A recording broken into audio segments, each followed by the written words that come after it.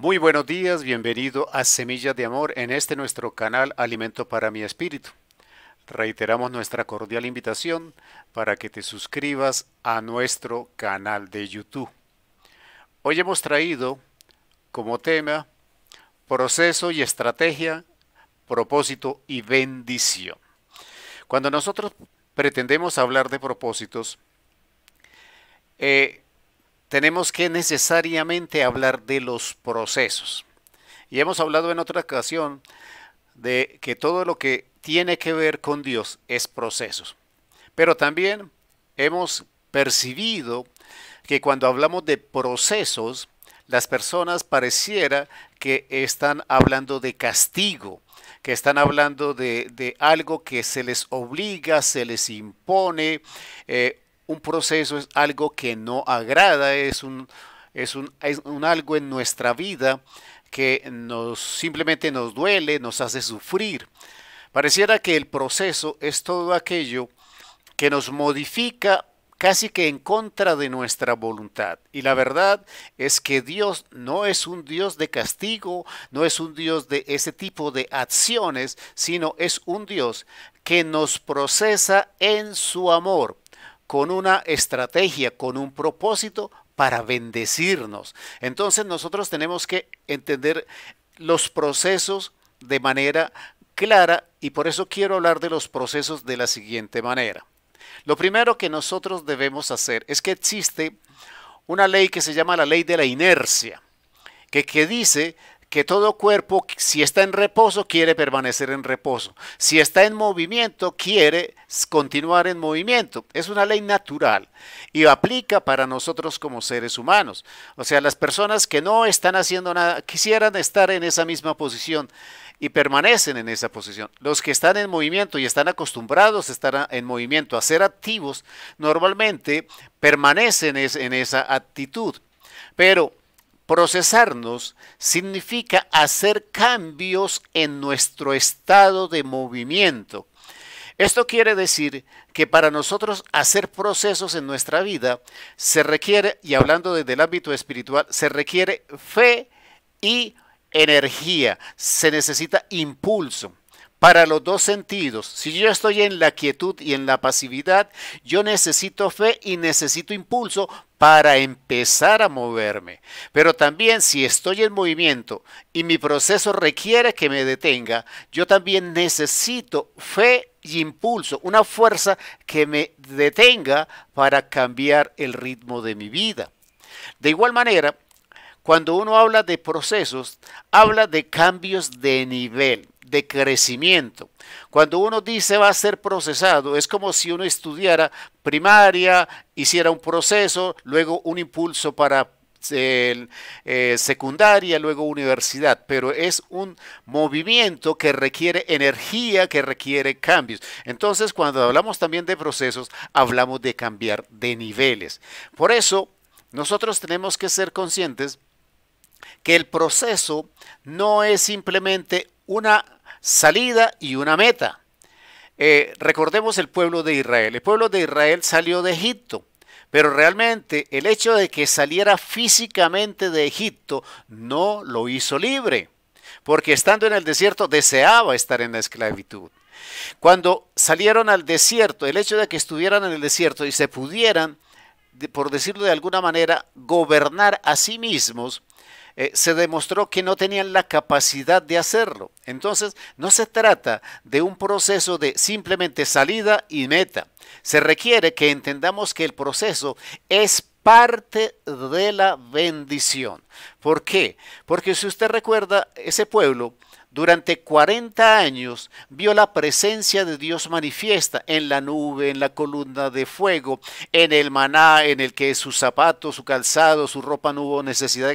Entonces, el proceso de preparación para llegar a la tierra prometida no significó que no hubiese bendición, que no hubiesen milagros. Entonces, nosotros tenemos que entender el proceso de esa manera. De igual manera, cuando nosotros hablamos de procesos, tenemos que saber que cuando nosotros cumplimos procesos, afectamos a los que están alrededor nuestro.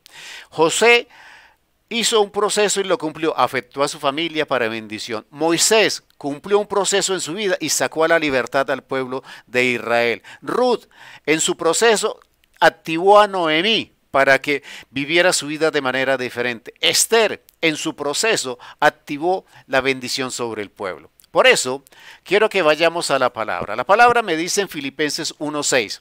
Estando persuadido de esto, de que el que comenzó en vosotros la buena obra, la perfeccionará hasta el día de Jesucristo. Ese es el proceso.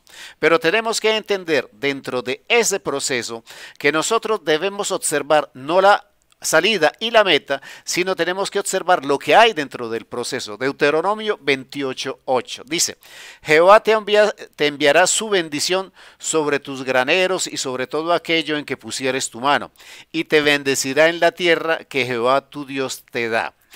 El pueblo de Israel tenía una meta, pero durante todo el proceso también fue bendecido. Aunque la promesa teóricamente estaba al final del proceso, Dios lo bendijo, Dios lo sustentó, Dios lo guió, Dios lo cuidó durante todo el proceso. Durante el proceso, nosotros aprendemos algo muy importante. Durante el proceso, nosotros aprendemos a ver la presencia del Señor y a ver milagros y a esperar milagros. Jeremías 31:28 dice: y así como tuve cuidado de ellos para arrancar y derribar y trastornar y perder y afligir, tendré cuidado de ellos para edificar y plantar, dice Jehová. Nosotros tenemos que entender el proceso como eso que nos está preparando para una bendición mayor. Sin embargo, cada día de nuestro proceso es un día de bendición, porque en el camino del proceso nosotros tenemos que acostumbrarnos a ver la presencia manifiesta de Dios, acostumbrarnos a ver sus milagros, entender que ocurren permanentemente en nuestra vida y desarrollar la capacidad de verlos. Porque es que el problema cuando no somos procesados es que nuestra visión no está preparada para ver lo que Dios está haciendo. El proceso activa nuestra mente, activa nuestro corazón, activa nuestra visión para que veamos los milagros y entonces empezamos a descubrir que eso sobrenatural, que esos milagros que operan en la vida externa también empiezan a operar y los empezamos a ver en nuestra vida. Entonces nuestra fe se acrecienta de tal manera que nosotros ya tenemos capacidad de esperar milagros en nuestra vida. Entonces vemos lo sobrenatural, nos acostumbramos a vivir en lo sobrenatural y entonces aceptamos lo sobrenatural en nuestra vida y tenemos fe para que eso ocurra en nuestra vida. Pero también cuando hablamos de procesos y hablando de lo que hace Dios, tenemos que hablar de que Dios nos involucra en un proceso, pero nos involucra con un propósito, pero también con una estrategia. Recordemos el caso de Josué 5:2.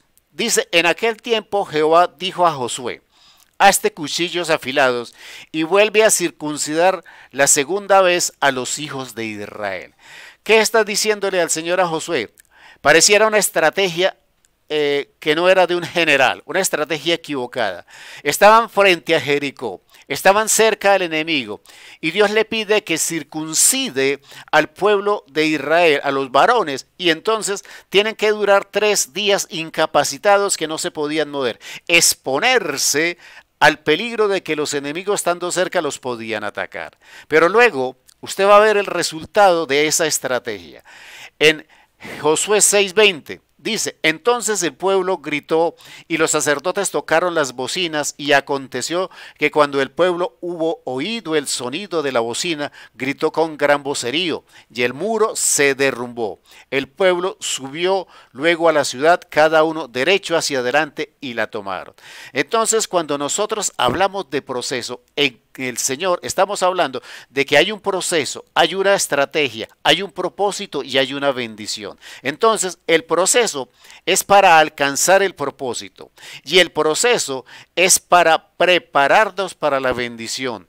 Por eso, aceptemos los propósitos como el camino de bendición que nos lleva a un bien mayor en Cristo Jesús. Amén, amén y amén.